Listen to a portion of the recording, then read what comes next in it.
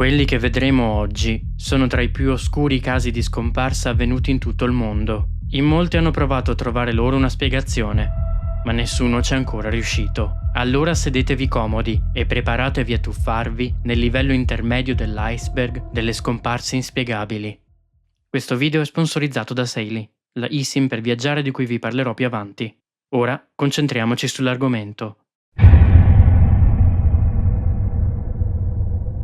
24 luglio 1989. Un elicottero della polizia di Hokkaido sta sorvolando le montagne del Daisetsu. È alla ricerca di due alpinisti di Tokyo dispersi qualche ora prima. La regione montuosa si trova al centro dell'isola giapponese e il complesso di montagne è il più alto della regione. Il monte Asahidake in particolare è il picco più alto. Si tratta di un vulcano inattivo, molto popolare tra gli alpinisti. Sono le prime ore del pomeriggio quando l'elicottero sorvola una radura poco lontano dal vulcano, in cui è stata allestita una scritta enorme con pezzi di legno chiaro su sfondo verde. La scritta non può essere fraintesa, si tratta di 3 lettere di dimensioni costanti, SOS. L'elicottero allora concentra le ricerche nella zona e poco dopo, circa 3 km più a nord della scritta, avvista i 2 alpinisti dispersi. Questi vengono portati in salvo, sono un po' storditi ma in buone condizioni di salute. Una volta a terra, la polizia si congratula con i 2. Senza l'enorme scritta in legno, non sarebbero mai riusciti a trovarli. I 2 si guardano confusi, non hanno idea di che cosa la polizia stia parlando. Questa è la storia dell'SOS del monte Asahidake.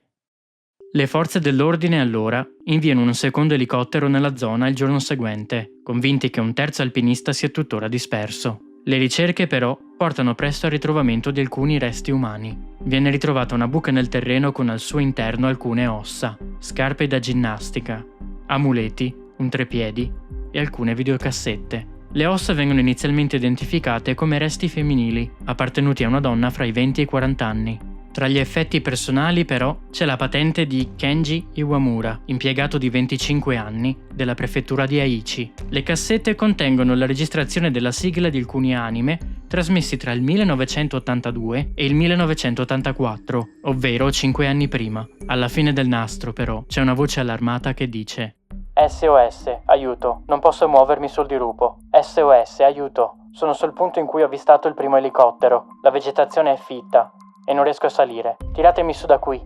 La voce è quella di un uomo. Qualche anno prima, la Guardia Forestale aveva scattato foto della zona per alcuni rilievi topografici. Le foto vengono prelevate dall'archivio e la scritta SOS appare anche qui. Le foto riportano la data del settembre 1987. Si scava negli archivi e viene ritrovato un incidente avvenuto nel luglio del 1984. Un uomo della prefettura di Aichi, che aveva con sé oggetti simili a quelli ritrovati, era scomparso in quell'anno.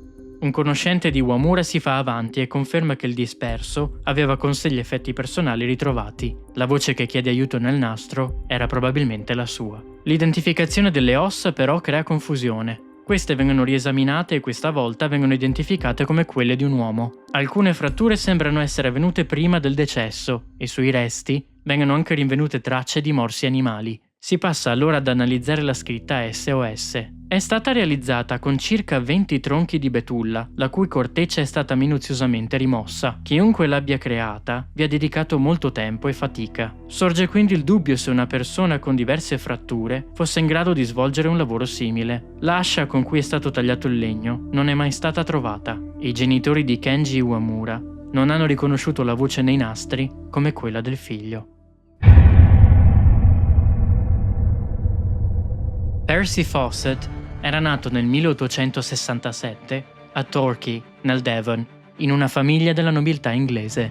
Dopo gli studi si era unito alla Royal Geographical Society e aveva intrapreso diversi viaggi, inizialmente per misurare terreni e redigere mappe accurate. In seguito aveva svolto alcune missioni in Nord Africa per conto del servizio segreto britannico. Nel 1906 Fawcett svolge la sua prima missione in Amazzonia, quando la RGS lo spedisce in Brasile per mappare una porzione della foresta al confine con la Bolivia.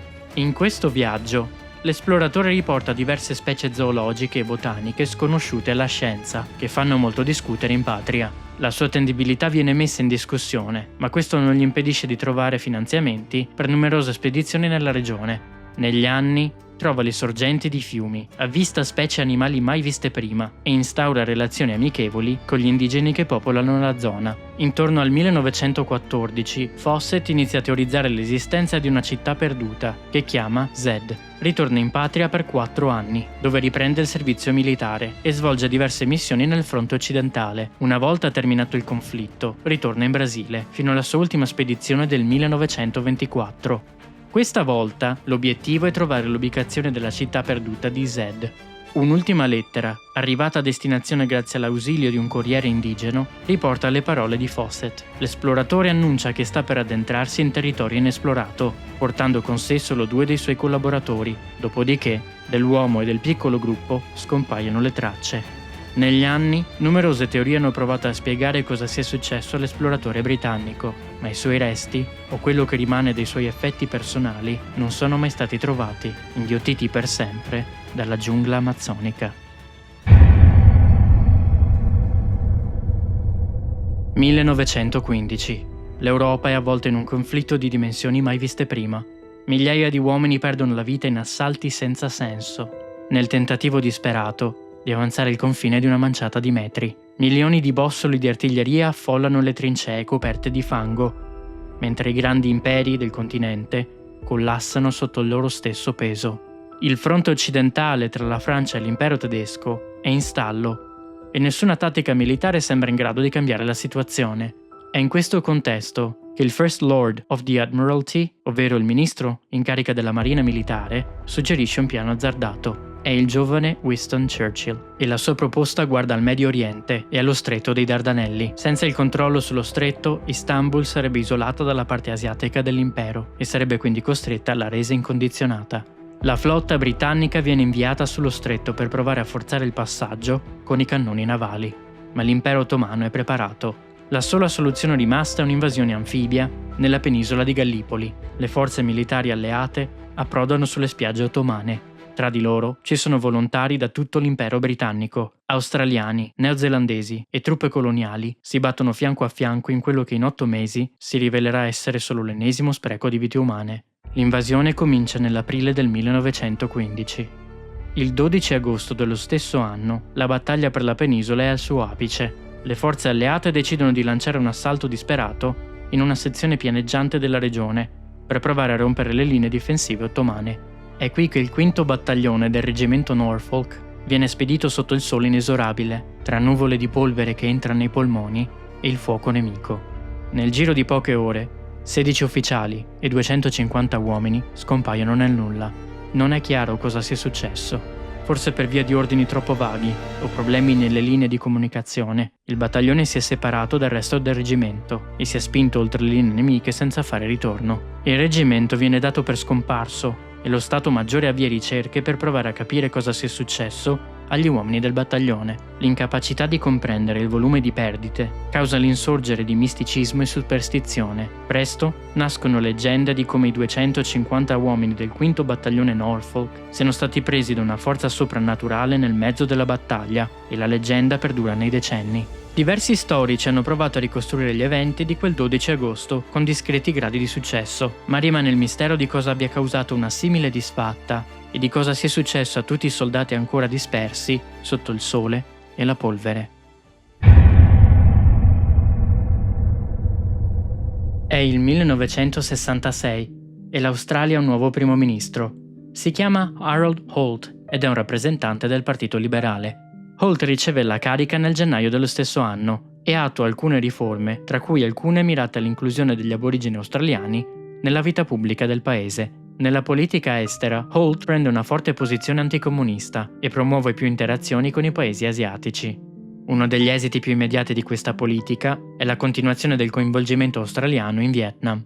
Holt era cresciuto tra lo stato di Victoria e quello del Queensland e pertanto aveva maturato ben presto una solida relazione con l'oceano. Aveva scoperto la spiaggia di Cheviot, che era poi diventata una delle sue destinazioni preferite per le vacanze. Il 17 dicembre dell'anno successivo, il 1967, Holt si trova qui. È una domenica mattina. Il primo ministro si sveglia presto e guida fino a un vicino negozio, dove acquista articoli di uso quotidiano e il giornale del fine settimana. Torna nel suo alloggio e pianifica il resto della giornata come fa spesso. Verso mezzogiorno, Holt si trova assieme ad alcuni amici, tra cui una vicina di casa con cui ha una relazione extraconiugale, e propone al gruppo di fermarsi alla spiaggia di Cheviot per un bagno prima di pranzo. La marea è alta e grosse onde si spingono fino alla spiaggia. A gettarsi in acqua sono solo in due, il primo ministro e un altro membro del gruppo. Holt si allontana dalla riva e viene immediatamente spinto al largo dalla corrente. Dalla riva l'uomo non sembra in difficoltà, non si volta né chiede aiuto. Poco dopo scompare tra le onde. I secondi diventano minuti e di Harold Holt non ci sono più tracce. Le forze dell'ordine vengono contattate e queste diramano l'allerta. L'esercito e la polizia avviano le ricerche con ogni mezzo a disposizione e presto più di 200 persone vengono coinvolte nello sforzo. Il mare agitato impedisce al personale di eseguire ricerche per diverse ore, perdendo tempo prezioso. Ogni speranza di recuperare il corpo del primo ministro svanisce già quella domenica sera. Gli sforzi continuano per diversi giorni, ma non producono mai alcun esito. L'evento viene ritenuto un tragico incidente in un'area in cui i decessi accidentali in mare non sono rari. Le indagini a riguardo non rinvengono nulla di anomalo e ben presto il caso viene chiuso. Naturalmente, attorno all'evento non mancano di spuntare nel tempo teorie del complotto. Queste sono molto varie e suggeriscono diverse possibilità. Il primo ministro sarebbe potuto essere bersagliato dalla CIA, spaventata dalla possibilità che Holt potesse ridurre il coinvolgimento australiano in Vietnam. In un'altra istanza, i colpevoli sarebbero agenti del Vietnam del Nord, per il motivo opposto. Questi lo avrebbero paralizzato con un agente nervino e assicurato il suo decesso. Nessuna di queste teorie è mai stata confermata e la scomparsa di Harold Holt rimane tuttora uno dei misteri mai risolti più ermetici della storia dell'Australia. La storia di Bella Kiss è un racconto di apparenze, complicità e violenza. A oggi, molti decenni dopo la sua scomparsa, l'uomo è conosciuto ai più come il mostro di Zincota ed è considerato uno dei più prolifici assassini seriali dell'ultimo secolo. Bella Kiss nasce nel 1877 in un paesino di poche migliaia di abitanti nel cuore dell'impero austro-ungarico. Impara a leggere e a scrivere e sin da subito svolge diversi mestieri. Cambia spesso lavoro fino al 1900, anno in cui si trasferisce a Zincota, una cittadina nei sobborghi di Budapest, oggi parte integrante della capitale. Nel 1912 conosce una donna di nome Maria, con cui molto presto si sposa e conduce una vita tranquilla. Ha un impiego stabile nella lavorazione del metallo e guadagna bene da vivere. Trascorre molte sere a Budapest e rincasa tardi la notte, ma è da tutti considerato come molto gentile e un valido membro della piccola comunità. Qualche mese più tardi, una piccola tragedia colpisce Bela, quando la moglie scappa con un amante lasciandolo solo. Kiss trascorre gli anni successivi senza risposarsi e assume presto una governante. Ogni tanto, nel cortile della sua abitazione, compaiono dei grossi barili di metallo, che lui rivela contengano una scorta di benzina per via della guerra imminente. Un detective della polizia imperiale, vicino a Kiss, però, si insospettisce e gli fa pressioni, finché l'uomo cede e ammette di arrotondare lo stipendio con il contrabbando di liquore. Nel frattempo arriva il 1914 e la guerra scoppia davvero. Bela Kiss viene chiamato alle armi come milioni di altri uomini in tutto il continente e di lui si perdono le tracce. Nella sua assenza, alcuni vicini iniziano a notare cattivi odori che arrivano dalla proprietà dell'uomo. Questa viene perquisita, finché non si decide di aprire i barili che l'uomo sosteneva contenessero benzina o liquore di contrabbando. Al loro interno vengono trovati i corpi in decomposizione di donne decedute. Tutte riportano ferite al collo. La casa viene ispezionata da cima a fondo e in una stanza chiusa a chiave si trovano le tracce del modus operandi del mostro. Bela aveva cominciato dalla moglie e dall'amante. Quando aveva scoperto il tradimento, aveva eliminato entrambi e aveva probabilmente iniziato a nutrire un forte astio verso le donne. Aveva inserito diversi annunci matrimoniali a nome falso sui giornali per attirare le sue vittime, che aveva poi eliminato allo stesso modo. Aveva poi nascosto i corpi nei barili di metallo, che aveva quindi sparso per la sua proprietà. Comincia la caccia all'uomo e l'impero austro-ungarico viene messo sotto la lente di ingrandimento. Il nome e il cognome del ricercato sono piuttosto comuni e questo porta a diversi falsi positivi. L'unico avvistamento accertato di Kiss avviene nel 1919 a Budapest, ma non porta alla sua cattura. Di lui scompaiono le tracce per anni e l'uomo viene dato per deceduto. Arriva quindi il 1932 e un poliziotto di New York avvista un uomo molto somigliante a Bela Kiss a una fermata della metropolitana. L'uomo si rende conto di essere stato riconosciuto e scompare fra la folla. Le ricerche si spostano sulla città statunitense e continuano per diversi anni. Nel 1936, un uomo sospettato di essere in realtà il fuggitivo viene riportato mentre vive sotto falso nome e lavora come guardiano di un condominio. Quando la polizia si precipita sul luogo, però, questi, ancora una volta, è svanito nel nulla. Bela Kiss è sospettato del delitto di decine di persone, per la maggior parte donne, ma quelli confermati sono 24. Giorgio Soddu nasce in Sardegna nel 1895 e all'età di 13 anni emigra negli Stati Uniti come milioni di altri italiani. Qui cambia il suo nome in George Soder e rimane per il resto della sua vita. Svolge diverse professioni fino ad aprire la propria società di autotrasporti in West Virginia. Nel 1922 si sposa con Janine Cipriani, anche lei immigrata anni prima dall'Italia con la famiglia. I due si stabiliscono a Fayetteville, popolata principalmente da cittadini di origine italiana, e continuano a lavorare nell'attività di famiglia, che li porta presto a potersi permettere uno stile di vita benestante. I due, però, non si integrano nella comunità di connazionali.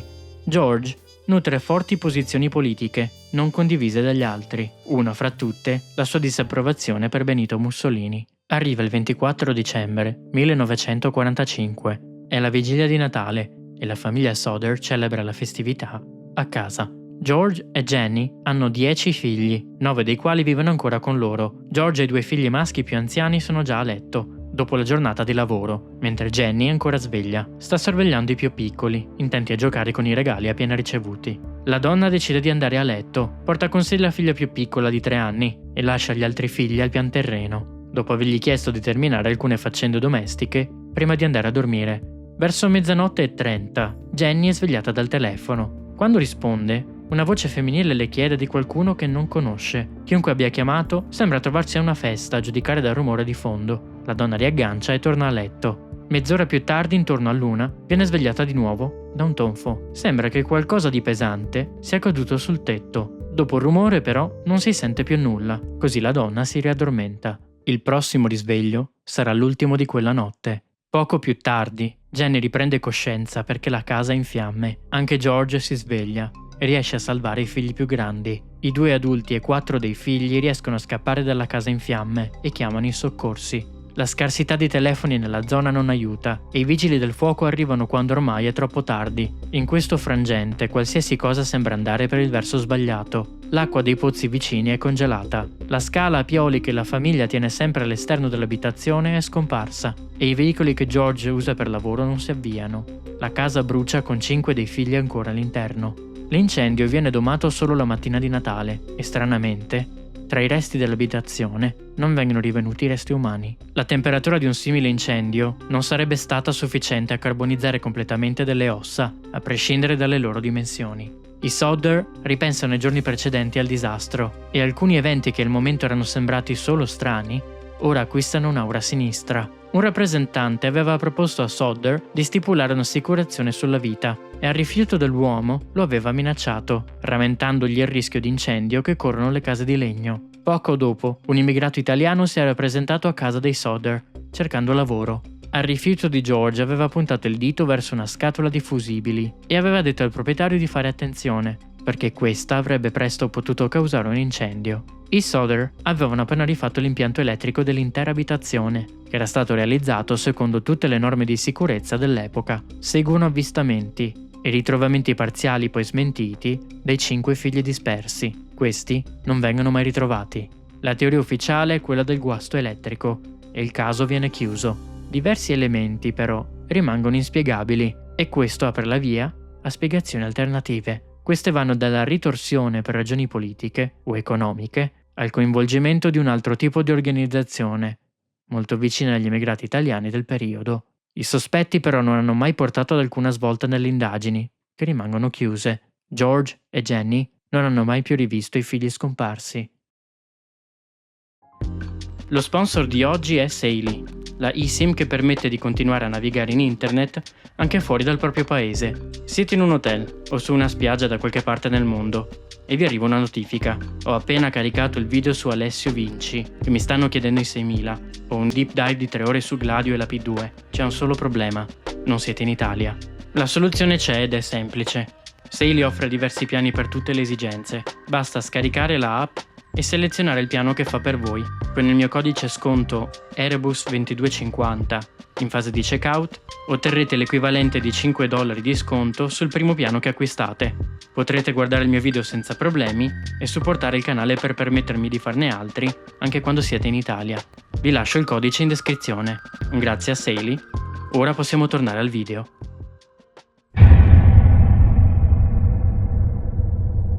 È il 1927 e un romanzo intitolato Il viaggio di Norman D. riscuote un discreto successo e ottiene diversi riconoscimenti presso la critica statunitense. È il secondo romanzo dell'autrice Barbara Newhall Follett, che aveva esordito 3 anni prima con La casa senza finestre. C'è però un piccolo dettaglio che rende questo traguardo ancora più impressionante. L'autrice, all'epoca della stesura del primo romanzo, aveva solo 11 anni. Barbara era la figlia di un insegnante e di un editor di romanzi. Aveva studiato a casa, sotto la guida della madre, e sin da subito aveva manifestato un forte talento per la letteratura. Aveva iniziato a scrivere poesie all'età di 4 anni e all'età di 7 aveva gettato le basi del proprio linguaggio immaginario. La storia del suo primo romanzo comincia quando Barbara ha 8 anni. Scrive le avventure di Hypersip, una bambina che scappa dal tetto domestico per intraprendere un viaggio onirico che la porta poi a condurre una vita a contatto con la natura. La ragazza continua a scrivere, ma è il 1929 e la Grande Depressione travolge gli Stati Uniti. Si trasferisce a New York ed è costretta a mettere da parte le sue ambizioni di autrice e accettare un lavoro come segretaria. Nel 1934 si sposa e si trasferisce in Massachusetts, ma qualche anno più tardi il matrimonio sembra già attraversare un periodo di difficoltà. Barbara sospetta che il marito abbia una relazione extraconiugale e cade in depressione. Arriva il 7 dicembre 1939. La giovane donna ha una lite con il marito ed esce dall'appartamento che condividono. In tasca ha $30, una cifra considerevole per l'epoca. Sbatte la porta e svanisce nel nulla. Per 2 settimane l'uomo non riporta la scomparsa, fiducioso di un imminente ritorno della moglie. 4 mesi più tardi, a ricerche avviate, fa emettere un annuncio di ricerca per Barbara. Lo fa sotto il proprio cognome, che la donna aveva assunto dopo il matrimonio. Forse per via di questo, la stampa non raccoglie l'appello e il caso passa in sordina. Questo rimane irrisolto e la madre di Barbara decide di prendere il controllo delle ricerche intorno al 1952. La donna sospetta del marito della figlia, che sembra aver smesso di ricercare la moglie molto presto. Nonostante gli sforzi, Barbara non viene mai ritrovata. È il XIV secolo e l'impero del Mali è il regno più ricco del pianeta. Il commercio di sale, avorio e materiali preziosi si somma alle miniere d'oro nel sud del paese e porta i Mansa, i monarchi alla testa dell'impero, a godere di una ricchezza difficile da descrivere per i cronisti dell'epoca. È qui che prospera Mansa Musa, nono Mansa dell'impero e tra le persone più ricche della storia. Mansa Musa si converte all'Islam, anche per avvicinarsi politicamente ai regni del Mediterraneo orientale e del Nord Africa, e decide quindi di intraprendere un pellegrinaggio verso la Mecca. Questo raggiunge uno sfarzo senza precedenti, al punto tale che è difficile comprendere se quanto riportato dai cronisti sia retorico o meno. Durante il percorso, Mansa Musa distribuisce polvere d'oro ai poveri che incontra, come la sua religione consiglia di fare. Lo fa in una quantità tale, il valore dell'oro precipita e l'economia locale crolla. Questo e altri eventi, altrettanto eccezionali, assicurano la permanenza del regnante nella storia. Lo stesso, però, non si può dire di Mohammed ibn Q, ottavo Mansa del Mali e predecessore diretto di Mansa Musa. Si tratta di un monarca dal regno estremamente breve e oscuro. Di lui si conosce solo l'enorme fascinazione per il mare e i suoi segreti. È al trono intorno al 1307, quando decide di tentare l'ignoto. Vertice di uno dei regni più prosperi della terra, non ha più nulla da conquistare nel continente africano e nella sua immaginazione rimane solo qualsiasi cosa esista oltre il mare. Crea una flotta di dimensioni notevoli e decide di salpare verso ovest. Mohammed ibn Q lascia i porti dell'Africa occidentale e affronta l'Oceano Atlantico. l'uomo e la sua flotta non faranno mai più ritorno. Indizi su cosa sia successo alla spedizione di Ibn Q non sono mai stati trovati. L'uomo potrebbe aver perso la vita assieme ai suoi uomini al largo delle coste del Mali, poco dopo essere salpato, o forse potrebbe aver raggiunto terre inesplorate e vissuto qui per il resto dei suoi giorni.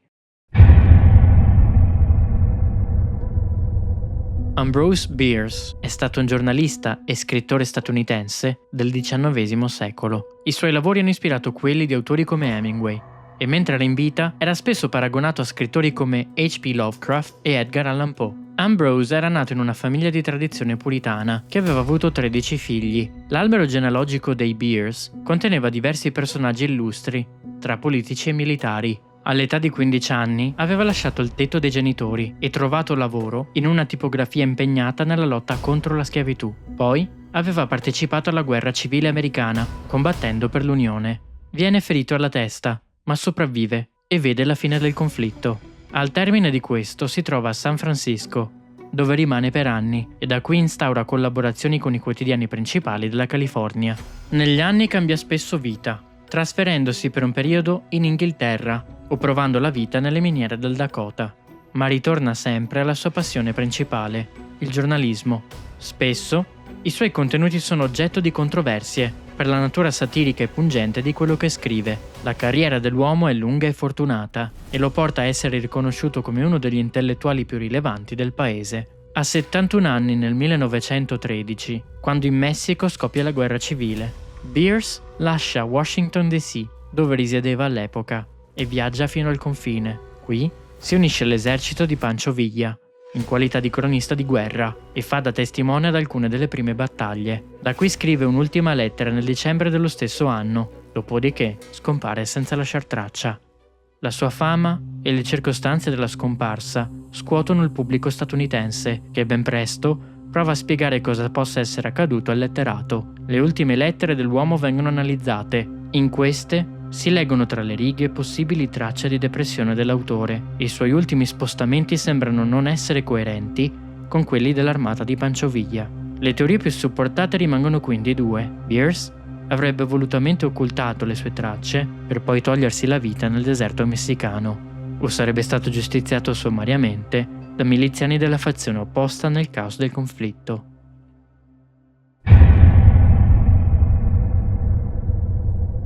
È la mattina del 7 giugno 1992. L'ultimo anno del liceo Kickapoo di Springfield, Missouri, ha celebrato il diploma il giorno precedente. Gli studenti hanno passato la sera tra una festa e l'altra, facendo piani per il giorno seguente e scartando regali. Un gruppo di studenti ha pianificato di passare la giornata nel parco acquatico di White Waters, a un'ora d'auto dalla città. Janelle Kirby e il fidanzato Mike Hansen hanno proposto alla piccola comitiva di partire alle 9 da casa della ragazza, ma due amiche del gruppo non si presentano. Si tratta di Susie Streeter e Stacy McCall. La ragazza allora sale in auto con il fidanzato e i due raggiungono la casa di Susie, che vive poco lontano con la madre, Cheryl Levitt. Quando la coppia arriva sul luogo, trova 3 auto parcheggiate all'esterno dell'abitazione. Sono quelle delle due amiche e quella di Cheryl, la proprietaria di casa. La porta d'ingresso è aperta e sul portico ci sono vetri infranti di una luce esterna. I due entrano e quello che trovano li lascia perplessi. Non c'è traccia delle 3 donne, ma tutti i loro effetti personali sono presenti. Perlustrano le stanze vuote e trovano Cinnamon, il cane della signora Levitt. È agitato. Nella camera da letto di Susie, sul pavimento, ci sono ancora le borsette delle 3 donne e all'interno di queste non sembra mancare nulla. Ci sono ancora $900 in contanti che la signora Levitt aveva ricevuto come acconto dello stipendio. Il resto della scena descrive una casa abbandonata in un istante. Lo statico riempie lo schermo del televisore, qualcuno ha guardato un film e poi ha mancato di spegnere il dispositivo una volta finito. Lattine di bibite mezze piene, pacchetti di sigarette abbandonati, nulla sembra avere senso. Mentre sono ancora nella residenza, il telefono squilla. Kirby risponde, dall'altra parte c'è una voce di un uomo giovane che le fa allusioni di natura sessuale. La ragazza aggancia subito, ma il telefono squilla un altro paio di volte. Il personale di White Waters nega che le 3 abbiano raggiunto il parco. La madre di Stacy McCall viene allertata e al suo arrivo non può che constatare quello che i 2 giovani hanno trovato. Nelle ore successive diverse persone, tra cui diversi ragazzi del gruppo di amici, si presentano nell'abitazione. Nel farlo, compromettono la scena del crimine, inquinando e cancellando prove senza rendersene conto. La famiglia McCall contatta la polizia che arriva sul luogo diverse ore più tardi. Vari testimoni vengono sentiti e si risale all'ultimo avvistamento delle due giovani ragazze nel trio scomparso. Susie e Stacy erano state viste per l'ultima volta la notte precedente, intorno alle 2 del mattino, mentre lasciavano la casa di Janelle Kirby, dove in quel momento era in corso una festa. Poi, più nulla. Il caso finisce sui giornali e prende il nome di Le 3 di Springfield. Diverse telefonate anonime arrivano alle redazioni, tutte con presunte informazioni sul caso, ma falliscono tutte nel rivelare qualcosa che possa essere usato dagli inquirenti. Come spesso accade in questi casi, decenni più tardi, la polizia statunitense sposta lo sguardo verso criminali attivi all'epoca dei fatti. Diversi vengono sospettati di essere gli autori del rapimento e successivo occultamento dei resti delle 3 donne, che al giorno d'oggi rimangono iscritti al registro delle persone scomparse. Uno di questi è Larry Dwayne Hall, un individuo mai condannato per alcun delitto, sospettato però di averne eseguiti tra i 40 e i 50. Cos'è veramente successo alle 3 di Springfield? Sono i primi anni del XX secolo e l'industria ha un bisogno incessante di carbone. Diverse navi vengono destinate al trasporto del carburante e sempre più vascelli specializzati vengono prodotti dai cantieri navali di tutto il mondo. È a questo scopo che i cantieri di Filadelfia producono la USS Cyclops, una nave di dimensioni monumentali destinata al trasporto di grandi quantità di carico. È il 1910 quando la nave lascia il porto inquestata a Barata e inizia la propria carriera commerciale. Gli anni passano senza incidenti fino a quando in Europa trincee lunghe migliaia di chilometri solcano il continente. Quando gli Stati Uniti entrano nel conflitto nel 1917, la USS Cyclops viene requisita dalla Marina Militare e destinata ai rifornimenti tra Saint-Nazaire e la costa est degli Stati Uniti. Naviga nella rotta atlantica fino al 1918, quando viene riassegnata a una missione di rifornimento per la flotta britannica nell'Atlantico meridionale. La nave arriva a Rio de Janeiro nel febbraio del 1918 e il giorno 16 dello stesso mese salpa di nuovo. Il vascello scarica il proprio carico e la stiva viene quindi riempita di manganese. Il minerale è destinato a tornare in patria per essere utilizzato nella fabbricazione di armi per il conflitto ancora in corso. Il 22 febbraio, la USS Cyclops salpa con destinazione Baltimore, nel Maryland. Uno dei cilindri del motore di dritta mostra segni di cedimento, sintomo che il vascello è stato caricato eccessivamente, ma il capitano riceve l'ordine di proseguire nel viaggio di ritorno. La nave fa una sosta fuori programma alle Barbados, per poi ripartire. Il suo arrivo a Baltimore è previsto per il 13 marzo, ma del vascello non ci sono tracce. Il governo degli Stati Uniti aggiunge la USS Cyclops tra le vittime dei raid da parte degli U-boat tedeschi, ma le autorità della Germania negano il proprio coinvolgimento. Diverse teorie provano a spiegare cosa sia successo alla nave, ma nessuna viene mai ritenuta a spiegare il fenomeno in modo sufficiente. Come spesso accade nelle flotte commerciali, la USS Cyclops aveva una nave sorella, la Proteus. Durante il secondo conflitto mondiale, anche la Proteus viene requisita e destinata al trasporto di metalli pesanti. Come la Cyclops, anche la Proteus scompare in modo misterioso tra le onde dell'oceano. Se quando aprite YouTube volete trovare più storie come questa, iscrivetevi al canale e lasciate un commento. Mi potete trovare anche su Spotify e Instagram, dove rispondo sempre a tutti i messaggi che mi inviate. Un grazie anche a Saily, lo sponsor di oggi, e a tutti quelli che si stanno abbonando. Esporrò i vostri nomi alla fine del video, quindi rimanete fino alla fine. Detto questo, possiamo continuare.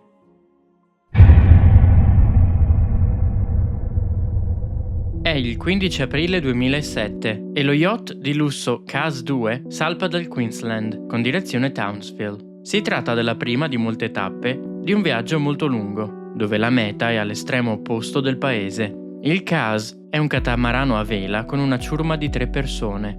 Questi sono lo skipper Derek Batten e altri 2 amici, Peter Tunstead e James Tunstead, tutti residenti a Perth. Il 18 aprile un elicottero sorvola la zona della Great Barrier Reef, ovvero la grande barriera corallina che circonda l'Australia. Il velivolo nota il CAS 2 a circa 160 km dalla costa. Il vascello sembra alla deriva e la ciurma ha probabilmente bisogno di aiuto. 2 giorni più tardi, il CAS 2 viene individuato e raggiunto dalla Guardia Costiera australiana, che sale a bordo. Quello che trovano li lascia senza parole. Il motore è acceso e la tavola è apparecchiata. Un portatile è aperto e acceso su di un ripiano e il catamarano non ha lesioni o guasti evidenti. La Guardia Costiera allora controlla i dispositivi di emergenza. Tutto il materiale, tra cui un navigatore satellitare, funziona correttamente e i giubbotti di salvataggio sono al loro posto. A bordo c'è una piccola imbarcazione d'emergenza, mentre non ci sono tracce della scialuppa di salvataggio. Non è però chiaro se il CAS ne fosse mai stato dotato. L'unico segno preoccupante è uno squarcio su una delle due vele, che però non impedisce all'imbarcazione di rimanere in funzione. CAS 2 viene trainato verso il porto di Townsville e qui vengono svolti gli esami forensi. Non vengono trovati segni di colluttazione e gli oggetti sparsi sono compatibili con una normale scena di vita a bordo dell'imbarcazione. In un compartimento di sicurezza viene trovata un'arma da fuoco con relativi proiettili, di cui nessuno sembra mancare all'appello. Il GPS di bordo riporta la rotta che il catamarano ha seguito negli ultimi giorni. Nelle prime ore di viaggio, il CAS aveva navigato in direzione nord-est, mentre nel pomeriggio aveva cominciato ad andare alla deriva. A bordo viene ritrovato un video girato dai 3 uomini dell'equipaggio che risale al giorno della partenza. Il mare è agitato, ma nessuno dei 3 uomini indossa il giubbotto di salvataggio. Peter Tunstead sta pescando, mentre il fratello James appare con indosso la maglietta e gli occhiali, che sono stati poi ritrovati a bordo dello yacht. Nel frattempo, le ricerche in mare non producono nessun esito. Non ci sono tracce dei 3 uomini. Parte un'inchiesta sulla tragedia che prova a spiegare cosa sia successo. Usando gli indizi a disposizione, le autorità ricostruiscono la dinamica dell'incidente. I 3 uomini sono stati colti di sorpresa da un temporale in alto mare, poco dopo il momento in cui è stato girato il video. La lenza della canna da pesca che è stata rinvenuta a bordo dell'imbarcazione si impiglia e Peter Tunstead, intento a pescare, prova a liberarla. Nel farlo, probabilmente cade fuori bordo, che nelle condizioni in cui l'oceano versava in quel momento equivale a una condanna. Il fratello si è probabilmente tuffato per aiutarlo, lasciando lo skipper da solo a bordo. Questi sarebbe poi caduto vittima del forte vento e sarebbe finito in mare, a sua volta, prima di poter gettare un salvagente ai 2 amici. I 3 sarebbero poi stati inghiottiti dalle onde. Questa rimane la spiegazione ufficiale, che però negli anni è stata spesso messa in dubbio. Se la prima impressione sembra la ricostruzione più razionale degli eventi, questo cambia quando le analisi del meteo falliscono nell'individuare una perturbazione sufficiente a causare gli effetti descritti. Inoltre, il contenuto della cabina del CAS 2 è in relativo buono stato e non infranti a terra. Infine, il vascello è stato trovato con i parabordo ancora estesi, come se questo avesse attraccato presso una seconda imbarcazione. Altre teorie si fanno largo per provare a spiegare cosa sia successo veramente, e queste includono fenomeni naturali, come onde anomale o l'intervento di terze parti, come suggerito dai parabordo. Al giorno d'oggi non esiste una spiegazione in grado di giustificare quanto accaduto a bordo dello yacht fantasma. Xavier Dupont de Ligonnès è attualmente una delle persone più ricercate in Francia. Nella primavera del 2011, i resti della moglie Agnès e dei 4 figli sono stati trovati sepolti e sezionati nel giardino della sua abitazione a Nantes, nella Loira Atlantica. L'uomo è il sospettato numero 1 del massacro. L'ultimo avvistamento di Xavier Dupont de Ligonnès è avvenuto in un hotel della Costa Azzurra, dove ha prenotato una stanza sotto falso nome, per poi svanire nel nulla. Sul caso ho fatto un video estensivo. Se ve lo siete perso, vi consiglio di recuperarlo. È il 1 settembre 1992 e Cristina Golinucci è una ragazza di Cesena di 21 anni. È responsabile e studiosa.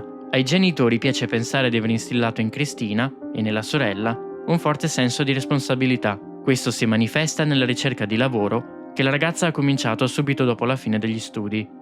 Per aiutarla ad essere autonoma, la famiglia le ha acquistato una Fiat 500 azzurra. Cristina non perde tempo e trova un lavoro. Il 1 settembre ha il contratto da firmare in auto e decide di uscire di casa per un paio d'ore. Dice di volersi recare al convento dei frati cappuccini, dove si trova padre Lino, il suo padre spirituale. Si tratta di una figura che accompagna le persone religiose a valutare scelte e decisioni nell'ottica di un'esistenza coerente con la fede. Cristina parte e non tornerà mai più.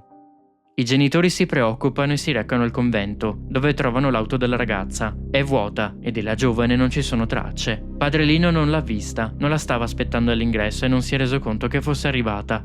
La famiglia sporge denuncia, ma la ragazza è maggiorenne e le forze dell'ordine, guardando le statistiche dell'epoca, liquidano la vicenda come un allontanamento volontario. Le voci parlano di una fuga con un frate o un cambio di vita dettato dall'impulsività della giovane età, ma di Cristina non si sa più niente. Le cose rimangono immobili fino al 1995. Una telefonata di una donna arriva alla redazione di Chi l'ha visto. Questa riporta di essere stata vittima di violenze di natura sessuale e accusa Emmanuel Bocquet. L'uomo è un cittadino ghanese che nel 1992 era ospite presso il convento dei Cappuccini. Nasce il sospetto che Bocquet possa essere responsabile anche della scomparsa di Cristina. Nel 1998 Bocquet si trova in carcere. È qui per un reato analogo a quello di cui è stato accusato dalla donna che ha chiamato Chi l'ha visto. Padre Lino lo visita e Bocquet gli confessa di essere responsabile del decesso e della scomparsa di Cristina. Il frate comunica ai carabinieri questa confessione solo un anno più tardi. Bocquet però ritratta e le indagini falliscono nel trovare prove a suo carico. L'uomo viene scarcerato alla fine della pena. Bocquet fa perdere le sue tracce e le indagini arrivano di nuovo a un punto morto. Arrivano altre telefonate anonime e un'altra ragazza viene trovata deceduta in un fiume vicino. Questo caso viene attribuito a un gesto estremo e ancora una volta non vengono trovati elementi per continuare le indagini. Si tratta solo di coincidenze.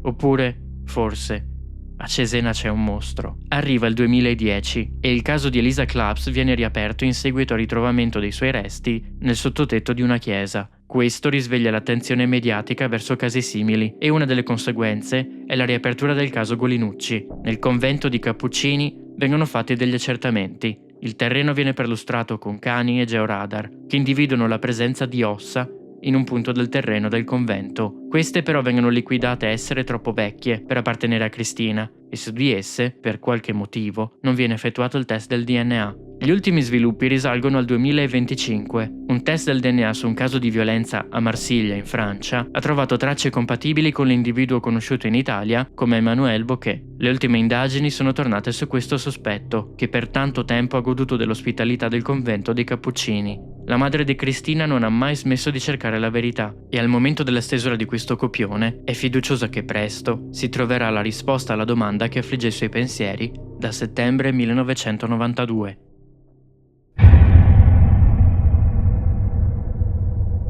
È la sera di sabato 21 ottobre 1978 e Frederick Valentich è un giovane di 20 anni che sta studiando per ottenere la licenza di pilota commerciale. Ha circa 150 ore di volo che gli permettono di volare autonomamente di notte in condizioni di buona visibilità. Quella sera il giovane sale su un monomotore da turismo e parte dall'aeroporto di Moorabbin, non lontano da Melbourne, nell'Australia meridionale. Ha intenzione di volare fino a Kings Island, fornisce diverse motivazioni sul viaggio e per qualche motivo fallisce nel notificare l'aeroporto di Kings Island del suo arrivo, come richiederebbe la procedura. Alle 19:06 il controllo aereo di Melbourne riceve una chiamata radio d'allarme. Dall'altra parte c'è Valentich. Il giovane è agitato e riporta la presenza di un secondo velivolo che si sta muovendo in modo anomalo vicino al proprio. La sua altitudine è di 4.500 piedi, circa 1.200 metri sul livello del mare, e la torre di controllo lo rassicura. Intorno alla sua posizione non c'è traffico aereo. Secondo Melbourne, Valentich è solo. Il pilota insiste. Il secondo velivolo si muove ad alta velocità e la sua distanza dal proprio monomotore è sempre minore. Lo descrive come un oggetto metallico dotato di luci verdi di posizione. La comunicazione prosegue e Valentich inizia a notare anomalie nel proprio motore. Melbourne gli chiede di identificare il secondo aereo. La risposta di Valentich è perentoria. Non è un aereo. Si sente il fragore di metallo che stride e subito dopo la comunicazione si interrompe. Le ricerche in mare cominciano subito e interessano un'area di più di 2000 km² intorno alla posizione riportata da Valentich, ma né il velivolo né la scatola nera vengono mai reperiti. L'indagine ufficiale non riesce a identificare con certezza le cause dell'evento. Questo viene decretato essere stato un semplice incidente di volo e il caso viene chiuso. Alcuni testimoni riportano strani avvenimenti nella zona. Riportano di aver visto delle strane luci verdi muoversi nei cieli dell'Australia meridionale proprio quella sera e si inizia a ipotizzare una spiegazione diversa. Alcuni sospettano che la vera causa dell'incidente non sia umana, ma abbia origini fuori dal pianeta. Valentich sarebbe stato preso di mira da un oggetto volante non identificato che avrebbe distrutto il suo aereo, o forse lo avrebbe prelevato in volo dal velivolo, facendolo sparire per sempre. La scomparsa di Friedrich Valentich Diventa così uno dei casi più noti di sparizione inspiegabile che molti attribuiscono a attività extraterrestri confermate da testimonianze oculari quella sera. Ci sono però alcune cose che vanno precisate. Quella sera le stazioni meteorologiche hanno riportato una pioggia di meteore nella zona e Valentich aveva più volte fallito sia il test per ottenere la licenza commerciale che quello per entrare nell'aviazione militare. Era stato coinvolto in incidenti minori durante le sue lezioni di volo e 150 ore non rappresentano una quantità significativa di esperienza quando si tratta di pilotare aerei. Infine, persone vicine a Valentich come il padre e la fidanzata hanno confermato quanto il ragazzo fosse un convinto sostenitore dell'esistenza degli UFO. Certo, queste testimonianze potrebbero essere state forzate o estorte da una cospirazione ben più grande, così come gli eventi precedenti a quel 21 ottobre potrebbero essere stati fabbricati. Oppure, Frederick Valentich era un pilota incompetente, con precedenti che lo confermano, che ha commesso errori di valutazione a causa delle proprie convinzioni. Il risultato è il medesimo e la scomparsa del giovane pilota rimane irrisolta. Michael Rockefeller nasce nel 1938 in una delle famiglie più ricche e influenti degli Stati Uniti e forse del pianeta. Status che persiste nel tempo, anche a distanza di decenni. La famiglia ha ottenuto la propria fortuna alla fine del XIX secolo, grazie al loro controllo di pozzi petroliferi e banche, di cui sono tuttora in possesso. Quinto figlio del governatore dello stato di New York e in seguito vicepresidente degli Stati Uniti, Michael ha avuto accesso sin da subito agli agi e alle agevolazioni che una simile situazione concede. Il suo percorso di studi si conclude con una laurea in storia ed economia con il massimo dei voti presso l'Università di Harvard. Questa specializzazione gli fa ottenere nel 1961 un posto in una spedizione del museo Peabody in Nuova Guinea. Qui, da pochi decenni, erano stati scoperti i Dani, una tribù locale, rimasta isolata per millenni e tecnologicamente rimasta all'età della pietra. Durante questa spedizione, Michael conosce un'altra tribù, quella degli Asmat, e ne rimane affascinato. Quando la missione del museo si conclude, il ragazzo rimane in Nuova Guinea per studiare l'arte e la simbologia degli Asmat. Il 17 novembre 1961, Michael Rockefeller è su di un'imbarcazione assieme a un collega antropologo e 2 guide locali, a circa 20 km dalla costa della Nuova Guinea. Una variazione repentina del meteo travolge l'imbarcazione, che si capovolge. Le 2 guide locali nuotano fino alla terraferma per chiamare i soccorsi, ma questi tardano ad arrivare. I 2 antropologi trascorrono 2 giorni a bordo dell'imbarcazione, navigando alla deriva. La mattina del 19 novembre, Michael decide di tentare la fortuna. Nuotando fino a riva, prende un coltello, una bussola e indossa un paio di taniche di benzina vuote come galleggianti. Il collega lo vede tuffarsi e allontanarsi in linea retta fino a sparire nella distanza. Quella è l'ultima volta in cui Michael Rockefeller viene visto. L'uomo rimasto a bordo dell'imbarcazione viene salvato il giorno seguente e le ricerche di Michael cominciano subito e diverse nazioni inviano mezzi e uomini per aiutare nelle ricerche. Queste però non danno alcun esito positivo. Per decenni, l'ipotesi principale è quella del decesso in mare. Michael è stato probabilmente attaccato da qualche predatore o semplicemente ha ceduto per via dell'enorme sforzo fisico. I resti di Michael non vengono mai trovati. Altre ipotesi non mancano di affiorare. Alcuni ipotizzano si sia ritirato nella giungla e conduca qui una vita lontana dagli eccessi a cui era ormai assuefatto a New York. Altri che sia finito vittima degli Asmat, noti per praticare il cannibalismo. Alcuni missionari olandesi che conoscevano la lingua locale hanno raccolto diverse testimonianze. La popolazione locale avrebbe raccontato di come Michael fosse arrivato a riva, ma fosse stato ferito in modo letale dai guerrieri della tribù. Questi si sarebbero poi spartiti i suoi averi e le sue ossa sarebbero state trasformate in utensili e armi. Prove decisive, però, non sono mai venute alla luce e la verità su cosa ne sia stato delle ultime ore di vita di Michael Rockefeller rimane tuttora un mistero. Questi erano i casi del 4° livello dell'iceberg e delle scomparse inspiegabili. In questa sezione abbiamo iniziato ad avventurarci in quelle storie che avvengono quando si raggiungono i limiti del mondo conosciuto. Se volete scoprire casi ancora più oscuri, non perdetevi il prossimo video della serie, in cui andremo a indagare eventi ancora più controversi. Grazie per aver guardato sin qui. Io vi lascio un saluto e al prossimo mistero.